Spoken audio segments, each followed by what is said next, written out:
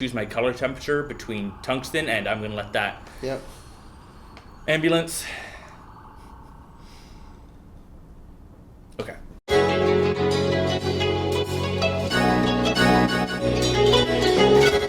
Hi everyone, welcome back to The Creative Contrast. My name is David J. Fulda. And I'm Giancarlo, better known as GC. And today we're joined by the wonderful Kathy.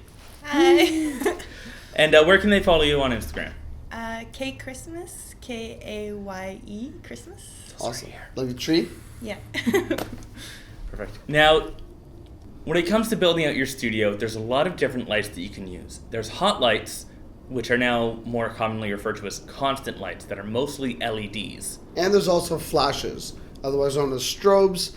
And it can be speed lights, monolights, or it can be a pack with an actual strobe head. While constant lights are a little bit darker than most strobes, they give you a little bit more control. You can use them on video, and you know exactly what you're getting when you fire the shutter. With flashes, you can mold the light in a much different manner than you would a constant light, or do unique things with it, such as sequencing. Now, we are speaking in very general terms. There are constant lights with lots and lots of power, as well as lots of modifiers. But in general, most of the constant lights you will see have less power and more control over your ambient, and most strobes will have more power and more modifiers. So today with our lovely model Kathy, David's going to be demonstrating using constant light source, and I'll be showcasing the strobe side of it. Let's get started. So to start out, I used my two LED light wands that we had to put on tripods because we don't actually have light stands that they could go on. Jeez. How is it? Father's mad. What happened? All right. We could actually change it between daylight and tungsten balance. So even without gels, I could get a nice color contrast, which I really, really love. I put one in front of Kathy, almost 45 degrees, and then behind like a hair light. So you got this nice orange and blue cinematic kind of look. These are literally the cheapest light ones I could find on Amazon. I was going to use the lights that we use to light our intros and outros. However, I really like these light wands. I hadn't used them in a while, and I like the light fall off a little bit better. So I decided to use those, even if I have less control over color temperature. As you can see, with the blue and the orange, it's very almost Blade Runner science fiction-esque, which I love. It's kind of a cheap tactic to get your lights blue and orange to make it cinematic. But if it works, it works. Then we had Kathy change her outfit, and it was Giancarlo's turn to shoot with the strobes.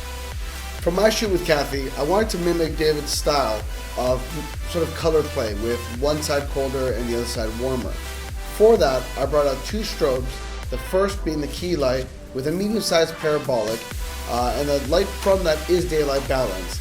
And for the second strobe, I used a smaller silver umbrella, and I used a blue gel, just had the little kick or a little punch on the side of Kathy's face. To be honest, I wasn't happy with the initial test shots and the setup.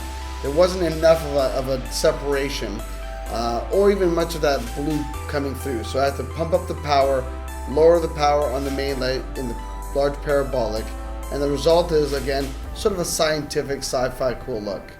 A big advantage of using strobes is the amount of modifiers that you have available to you, and each one creates a unique way of shaping the light. As you can see with the photos on screen right now, the final results between a constant light and a strobe aren't really all that different.